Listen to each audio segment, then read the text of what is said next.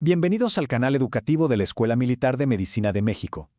Imaginen un campo de batalla en pleno siglo XIX, pero uno muy inusual. No se luchaba con armas, sino con ideas. De un lado, la fe y la creencia en los milagros. Del otro, la ciencia, la neurología que apenas estaba naciendo. Hoy vamos a explorar la obra de su gran estratega, Jean-Martin Charcot, y su audaz investigación sobre las curaciones milagrosas, y el increíble poder que tiene la mente sobre nuestro cuerpo. Muy bien, ¿cuál va a ser nuestra hoja de ruta? Para entender la verdadera magnitud de su legado, vamos a seguir sus pasos. Primero, el conflicto que definió su tiempo. Después, su revolucionaria teoría sobre la histeria. Vamos a analizar el mecanismo que él propuso para la fe, la llamada autosugestión. Descubriremos su testamento científico y al final veremos cómo todo su trabajo conecta directamente con la neurología de nuestros días. Para empezar, tenemos que situarnos en su época. Estamos en la Francia del siglo XIX, una nación prácticamente partida en dos. Por un lado, el dogma de la Iglesia, por el otro, el empirismo de la ciencia. Y créanme, esto no era un simple debate académico, era una lucha cultural por el futuro de la medicina. Y la postura de Charcot no era nada sutil. Miren esta imagen. Aquí lo vemos posando como el Padre Eterno. Esto es una burla, una provocación directa y deliberada al clero. Es en sí misma una declaración de principios, una muestra de su escepticismo, que además estaba muy influenciado por colegas como el activista anticlerical Desiree Magloire-Bournville. Pero ojo, su escepticismo no era un rechazo a toda forma de espiritualidad. Charcot era un hombre lleno de matices. Despreciaba la religión organizada, sí, pero al mismo tiempo sentía una gran afinidad por la filosofía budista y esa visión tan integral que tiene de la mente, el cuerpo y el espíritu. Y es precisamente esta mentalidad rigurosamente científica la que lo llevó a su teoría central. En una época en que la histeria se veía como una debilidad moral, o peor, como una simple simulación, Charcot lanzó una idea que era absolutamente radical. La histeria era una alteración neurológica, una herida real, aunque invisible, en el cerebro. Él la definió como un trastorno nervioso dinámico con origen en la corteza cerebral. ¿Y la causa? La representación mental de un trauma del pasado. Algo que podía crear lo que él llamó un segundo estado psíquico, capaz de generar síntomas físicos verdaderamente devastadores a veces años después del evento original. El caso de Justine Etcheverry es el ejemplo perfecto de este conflicto. Después de 6 años con una parálisis, de repente volvió a caminar. Para las monjas que la cuidaban, esto era, sin duda, un milagro. Para Charcot, era la prueba irrefutable de un proceso neurológico que podía y debía ser entendido. Su clínica en La Salpêtrière se convirtió en un verdadero laboratorio de observación. Documentó casos que hoy nos parecen asombrosos. Desde un hombre con paraplegia que se curó después de una convulsión, hasta la que sería la famosa bailarina Jane Avril, cuyos movimientos incontrolables desaparecieron permitiéndole triunfar en el Moulin Rouge. Charcot demostró que un choque moral o un impacto físico podía tanto causar la parálisis como, increíblemente, curarla. Entonces, la gran pregunta es, ¿cómo explicaba Charcot estas curaciones por la fe?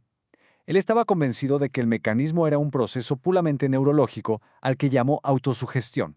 Claro que esta teoría lo puso en un curso de colisión directa con su gran rival, Hippolyte Vernheim. Para Charcot, la hipnosis era un estado fisiológico, una especie de sueño nervioso. Para Vernheim, en cambio, era puramente un producto de la sugestión verbal. Este debate, de hecho, acabaría definiendo el futuro de la psicoterapia. A pesar de su convicción, Charcot siempre pedía cautela. Fíjense cómo advertía a sus estudiantes en contra de jugar a ser hacedores de milagros. Porque predecir una cura que no se cumple no solo es un fracaso terapéutico, en sus propias palabras, los haría parecer absurdos, y eso minaba la dignidad de toda la profesión médica. Por eso su enfoque era más bien holístico. Combinaba la afirmación positiva, es decir, convencer al paciente de que la cura era posible, con un programa riguroso de rehabilitación física, el aislamiento de influencias negativas y un entrenamiento mental a través de la visualización. Era un ataque desde todos los frentes a un problema muy complejo. Ya hacia el final de su carrera, el debate público se puso al rojo vivo, sobre todo después de la visita del famoso novelista Émile Zola al santuario de Lourdes. Charcot sintió que era el momento de dejar un testamento científico, y así fue como escribió su obra definitiva sobre el tema, La foi qui guérit, la fe que cura. Y es clave entender que este ensayo no era para médicos, sino para el gran público. Su argumento fue audaz y muy directo. La curación por la fe no tiene nada de sobrenatural. Es un fenómeno natural que opera bajo leyes fisiológicas, y en el fondo no hay una diferencia fundamental entre una cura religiosa y una médica.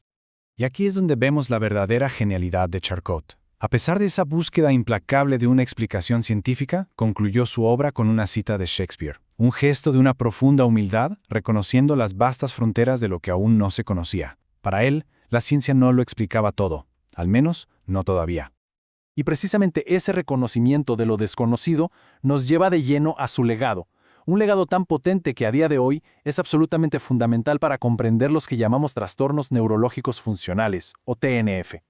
El trabajo de Charcot fue, digamos, la primera pieza del dominó. Al colocar la histeria en el cerebro, inició un larguísimo camino que transformaría el diagnóstico, del trastorno de conversión del siglo XX a nuestra comprensión actual de los trastornos neurológicos funcionales. Y aquí es donde su visión se vuelve asombrosamente profética.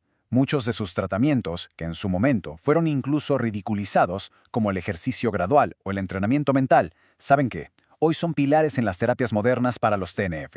Estaba, literalmente, más de un siglo adelantado a su tiempo. Lo que Charcot identificó como el poder de la confianza en el médico, esa fe, hoy lo estudiamos con las herramientas de la neurociencia y lo llamamos efecto placebo. Él fue uno de los primeros en reconocer y estudiar sistemáticamente el poder de la relación terapéutica como una herramienta de curación por sí misma. Por supuesto. Toda esta exploración se basa en el riguroso análisis histórico presentado en estas fuentes clave, que son fundamentales para entender a fondo el tema. Al final, el trabajo de Charcot nos deja con una pregunta que sigue siendo tan relevante hoy como en el siglo XIX. En una era de neuroimagen funcional, ¿qué nos puede enseñar todavía su visión sobre el increíble poder que tiene la mente para moldear nuestra realidad física? Este video fue producido por el general de brigada médico cirujano Humberto Carrasco Vargas. Muchas gracias por su atención.